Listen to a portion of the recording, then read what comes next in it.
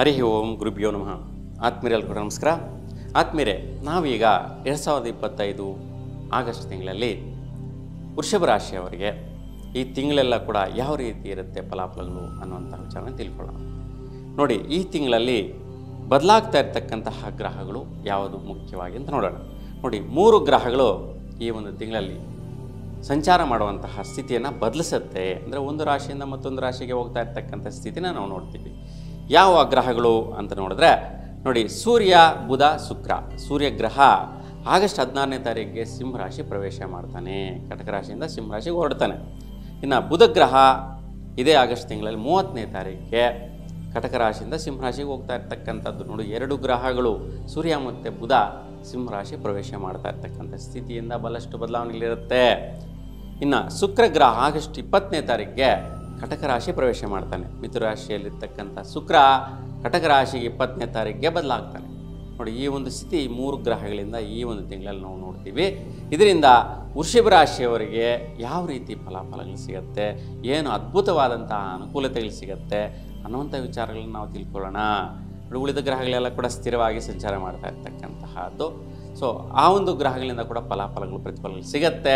ಮುಖ್ಯವಾಗಿ ಸೂರ್ಯನಿಂದ ನಿಮ್ಮ ರಾಶಿಯವರಿಗೆ ಏನು ಫಲ ಈ ಒಂದು ತಿಂಗಳ ಪೂರ್ತಿಯಲ್ಲಿ ಅಂತ ನೋಡಿದ್ರೆ, ನೋಡಿ, ನಿಮ್ಮ ರಾಶಿಗೆ ವಿಶೇಷವಾಗಿ ನಿಮ್ಮ ಒಂದು ಪ್ರಯತ್ನ ಕಾರ್ಯಕ್ಕೆ ತಕ್ಕಂತೆ ಫಲಗಳನ್ನು ಕೊಟ್ಟು ಬಿಡ್ತಾನೆ.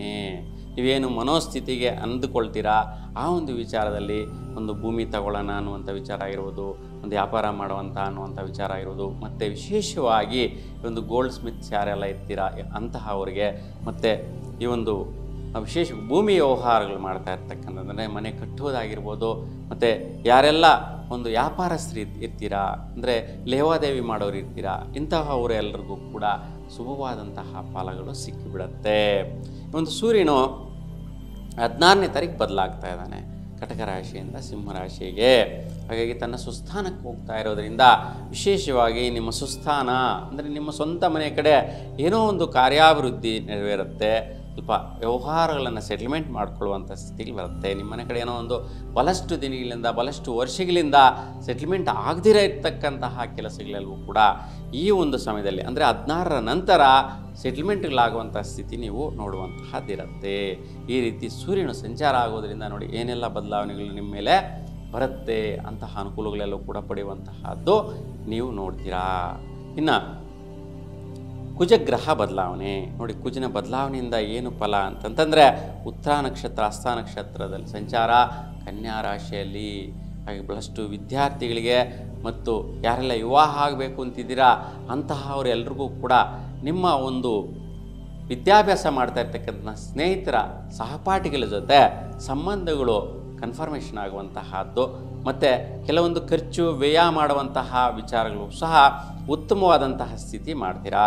ಅಂದರೆ ಅನೌಪಚಾರಿಕವಾಗಿ ಯಾವುದೇ ರೀತಿ ಖರ್ಚುಗಳು ಮಾಡೋದಿಲ್ಲ, ಶುಭವಾದಂತಹ ಒಳಿತಾಗುವಂತಹ ವಿಚಾರಗಳಿಗೆ ಖರ್ಚು ಮಾಡುವಂತಹದ್ದಿರುತ್ತೆ. ಮತ್ತು ವಿದ್ಯಾರ್ಥಿಗಳಿಗೆ ಶ್ರೇಷ್ಠವಾದಂತಹ ಕಾಲಮಾನ ಈ ಒಂದು ತಿಂಗಳಲ್ಲಿ. ಶುಭಕರವಾದಂತಹ ಯೋಗ ಫಲ, ಅಂದುಕೊಂಡಿದ್ದೆಲ್ಲ ಸಾಧಿಸುವಂತಹದ್ದು, ನಿಮ್ಮ ಮನೋಸ್ಥಿತಿಗೆ ಬಲ ಕೊಡುವಂತಹ ಸ್ಥಿತಿ ಕುಜನು ಈ ಒಂದು ತಿಂಗಳಲ್ಲಿ ಕೊಟ್ಟು ಬಿಡ್ತಾನೆ. ಇನ್ನು ಬುಧನ ಬದಲಾವಣೆ ಸಂಚಾರದಿಂದ ಏನಾಗುತ್ತೆ ಅಂತ ನೋಡಿದ್ರೆ, ಕಟಕ ರಾಶಿಯಲ್ಲಿರ್ತಕ್ಕಂಥ ಬುಧನು ಪ್ರಾರಂಭದಲ್ಲಿ 22ನೇ ತಾರೀಕುವರೆಗೂ ಒಂದು ಬುಧನ ಪ್ರಯತ್ನ ಫಲಗಳು ಯಾವ ರೀತಿ ಇರುತ್ತೆ ಅಂತಂದರೆ, ಸ್ವಲ್ಪ ಅಸಂತೃಪ್ತಿಕರವಾಗಿರುತ್ತೆ. ಯಾವುದೇ ಪ್ರಯತ್ನ ಮಾಡಿದ್ರೂ ಕೂಡ ಮಾನಸಿಕವಾಗಿ ಒತ್ತಡ ಬರುವಂತಹದ್ದು, ನಿಮ್ಮ ಬುದ್ಧಿ ಭ್ರಮಣೆ ಜಾಸ್ತಿ ಆಗುವಂತಹದ್ದು. ಸೊ ಅಂದರೆ ಅಲ್ಪ ಸ್ವಲ್ಪ ಪ್ರತಿಫಲಗಳು, ಪರಿಪೂರ್ಣವಾದಂತಹ ಪ್ರತಿಫಲ ಸಿಗೋದಿಲ್ಲ. ಅಂದರೆ ನೀವು ಏನೇ ಒಂದು ಸಾಧಿಸಕ್ಕೆ ಹೋದರೂ ಕೂಡ ಒಂದು ವೃತ್ತಿಯಲ್ಲಾಗಿರ್ಬೋದು, ಆದಾಯದಲ್ಲಾಗಿರ್ಬೋದು, ಇವೆಲ್ಲವೂ ಕೂಡ ಸಮರ್ಪಕವಾಗಿ ಸಿಗೋದಿಲ್ಲ. ಎಲ್ಲ ಕೂಡ 50-50 ಸಿಗುವಂತಹದ್ದು, ಅರ್ಧಂಬರ್ಧ ಸಿಗುವಂತಹ ಸ್ಥಿತಿ ಇರುತ್ತೆ. ಯಾಕೆ ಈ ರೀತಿ ಅಂತಂದರೆ, ಬುಧನ ಸಂಚಾರ ಮಾಡ್ತಾ ಇರ್ತಕ್ಕಂತಹದ್ದು ಶನಿಯ ನಕ್ಷತ್ರದಲ್ಲಾಗಿರೋದ್ರಿಂದ ಇದು ಕಟಕ ರಾಶಿಯಲ್ಲಿ ಉಂಟಾಗುವಂಥ ಸ್ಥಿತಿಯಾಗಿರೋದ್ರಿಂದ ಈ ಒಂದು ವೈಪತ್ಯದಲ್ಲಿ ಬರುವಂಥ ಸಹಜವಾಗಿರುತ್ತೆ. ಹಾಗಾಗಿ ಶನಿಯ ದರ್ಶನ ಮಾಡೋದ್ರಿಂದ ನಿಮ್ಮ ಪ್ರಯತ್ನವೆಲ್ಲ ಕೂಡ ಜಯಿಸ್ತೀರಾ, ಸುಫಲ ಸಿಗತ್ತೆ.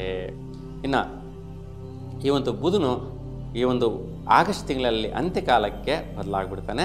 ಆನಂತರ ಬಹಳಷ್ಟು ಚೇಂಜಸ್ ಬರುವಂತಹದ್ದು ಸ್ವಸ್ಥಾನದಲ್ಲಿ ನೋಡ್ತೀರಾ. ಇನ್ನು ಗುರುಗ್ರಹ ಬದಲಾವಣೆ, ವಿಶೇಷವಾಗಿ ಹಣಕಾಸಿನ ಅಭಿವೃದ್ಧಿಯನ್ನು ನೀಡ್ತಾನೆ.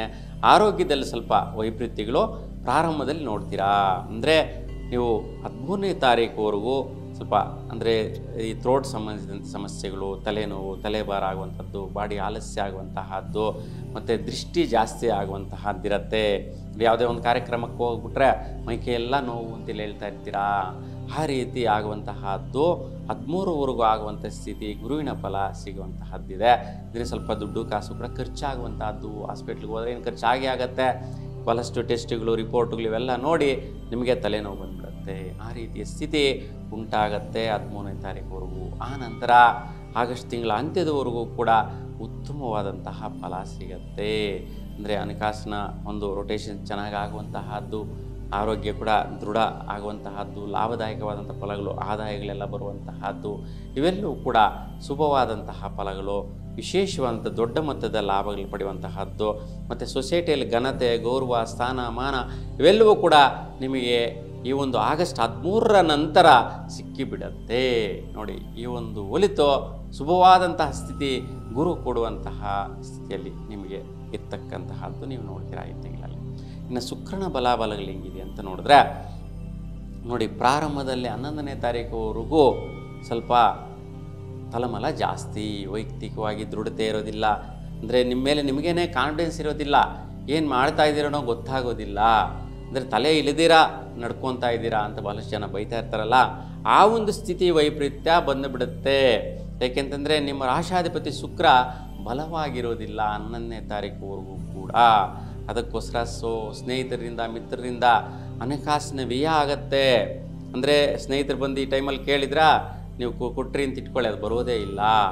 ಆ ಒಂದು ವೈಪರೀತ್ಯ ಉಂಟಾಗ್ಬಿಡುತ್ತೆ 11ನೇ ತಾರೀಕುವರೆಗೂ ಕೂಡ.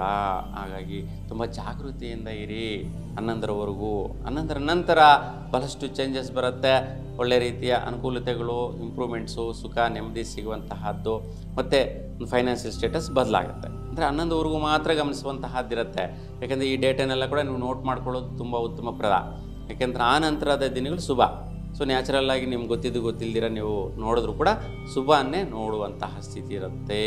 ಹಾಗಾಗಿ 11 ಆಗಸ್ಟಲ್ಲಿ ತುಂಬ ಇಂಪಾರ್ಟೆಂಟ್ ಆಗಿರುತ್ತೆ ವೃಷಭ ರಾಶಿಯವರಿಗೆ. ಅದರ ಶುಕ್ರ ಬದಲಾವಣೆ ಈ ಒಂದು 20ನೇ ತಾರೀಕಿಗೆ ಕಟಕ ರಾಶಿ ಪ್ರವೇಶ ಮಾಡಿಬಿಡ್ತಾನೆ. ಆನಂತರ ಸ್ವಲ್ಪ ಪ್ರಯತ್ನಗಳಿಗೆ ಗಮನ ಕೊಡ್ತೀರಾ. ಮಾನಸಿಕವಾಗಿ ನಿಮ್ಮ ಮನೋಸ್ಥಿತಿಗಳು ಬದಲಾಗುವಂತಹದ್ದು.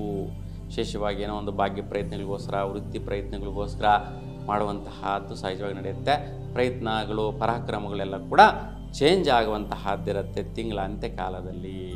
ಇನ್ನು ಶನಿಯ ಸಂಚಾರ ನೋಡಿದ್ರೆ ವಕ್ರಸ್ಥಿತಿಯಲ್ಲಿ ನಿಮಗೆ ಲಾಭಸ್ಥಾನದಲ್ಲಿ ಸಂಚಾರ ಮಾಡ್ತಾ ಇರ್ತಕ್ಕಂತಹದ್ದು. ಅಂದರೆ ಶನಿ ನಕ್ಷತ್ರದಲ್ಲೇ ಶನಿ ವಕ್ರಸ್ಥಿತಿ ಇರೋದ್ರಿಂದ ಸ್ವಲ್ಪ ನಿಮಗೆ ಭಾಗ್ಯ ಪ್ರಾಪ್ತಿ ವಿಚಾರ ಮತ್ತು ವೃತ್ತಿ ಕರ್ಮ, ಅಂದರೆ ಏನು ಕೆಲಸ ಮಾಡ್ತಾಯಿದ್ದೀರಾ, ಬಿಸ್ನೆಸ್ ಮಾಡ್ತಾಯಿದ್ದೀರಾ, ಆ ವಿಚಾರದಲ್ಲಿ ಬರುವಂತಹ ಆದಾಯಗಳು ಇವೆಲ್ಲ ಕೂಡ ಅರ್ಧಂಬರ್ಧ ಆಗ್ತಾ ಇರುತ್ತೆ. ಪರಿಪೂರ್ಣವಾಗಿ ನಿಮ್ಮ ಹತ್ರ ಸೇರ್ತಾ ಇರಲ್ಲ. ಅದಕ್ಕೋಸ್ಕರ ಶನಿಯ ಪರಿಹಾರ ಮಾಡ್ಕೊಳ್ಳಿ. ಅಂತಂದರೆ ನೀವು ಈ ಕರಿ ಎಳ್ಳು ಮಿಶ್ರಣ ಆಗಿರ್ತಕ್ಕಂಥ ಪದಾರ್ಥವನ್ನು ಕಾಗೆಗಳಿಗಾಗಲಿ, ಕೋತಿಗಳಿಗಾಗಲಿ ಅಥವಾ ಹಸುಗಳಿಗಾಗಲಿ ಕೊಡೋದ್ರಿಂದ ಶುಭವಾದಂತಹ ಫಲನ ನೋಡ್ತೀರಾ. ಇನ್ನು ರಾಹುವಿನ ಬದಲಾವಣೆ ನೋಡಿದ್ರೆ ನಿಮ್ಮ ರಾಶಿಯಿಂದ ನಿಮಗೆ ಕರ್ಮಸ್ಥಾನದಲ್ಲಿ ಸಂಚಾರ. ಅದಕ್ಕೋಸ್ಕರ ಒಂದು ವೃತ್ತಿಯಲ್ಲಿ ಬಹಳಷ್ಟು ತಲೆನೋವಿದೆ, ಒತ್ತಡ ಇದೆ, ಪ್ರೆಷರ್ ಇದೆ, ಟೆನ್ಷನ್ ಇದೆ. ಸೊ ಅನವಶ್ಯಕವಾದಂತಹ ಹೊರೆಗಳು ನಿಮ್ಮ ಮೇಲೆ ಹೊರಿತಾ ಇರ್ತಕ್ಕಂಥದ್ದು, ಭಾರ ಇರ್ತಕ್ಕಂತಹದ್ದು ನಡೀತಾ ಇದೆ. ಹಾಗಾಗಿ ರಾಹುವಿನ ಪ್ರಭಾವ ಇರೋದರಿಂದ ಇಲ್ಲಿ ಗುರು ನಕ್ಷತ್ರದಲ್ಲಿ ಆಗ್ತದೆ ಸ್ವಲ್ಪ ಶಾಂಡಾಲ ಯೋಗ. ಅಂದರೆ ಅನವಶ್ಯಕವಾದಂಥ ವಿಚಾರಗಳು ನಿಮ್ಮ ಮೇಲೆ ಬಿದ್ದು ಬಿಡುತ್ತೆ. ಬೇರೆಯವರ ಒಂದು ತಲೆನೋವು ನಿಮ್ಮ ಮೇಲೆ ಹಾಕ್ಕೊಳ್ಳುವಂತಹ ಸ್ಥಿತಿ ಬರುತ್ತೆ. ಹಾಗಾಗಿ ಒಂದು ಗುರುಗ್ರಹಕ್ಕೆ ಅಂದರೆ ದತ್ತಾತ್ರೇಯ ಸ್ವಾಮಿಗೆ 108 ಕಡಲೆಯ ಹಾರವನ್ನು ಹಾಕೋದ್ರಿಂದ ಅಥವಾ ಕಡಲೆಯನ್ನು ನೆನೆಸಿ ಬುಧವಾರ ನೆನೆಸಿ ಗುರುವಾರದ ದಿವಸ ಹಸುಗಳಿಗೆ ಕೊಡೋದ್ರಿಂದ ಈ ಒಂದು ತಿಂಗಳಲ್ಲಿ ಶುಭವಾದಂಥ ಫಲ ವೃತ್ತಿಯಲ್ಲಿ ನೋಡ್ತೀರಾ. ಇನ್ನು ಕೇತುವಿನ ಸಂಚಾರ ನೋಡಿದ್ರೆ ವಿಶೇಷವಾಗಿ ನಿಮ್ಮ ಸ್ವಸ್ಥಾನ ಮನೆ ಕಡೆ ಯಾವುದೊಂದು ವ್ಯವಹಾರಗಳಲ್ಲಿ ಸ್ವಲ್ಪ ಇಕ್ಕಟ್ಟುಗಳಿಂದ ನಡೆಯುವಂತಹದ್ದಿರುತ್ತೆ.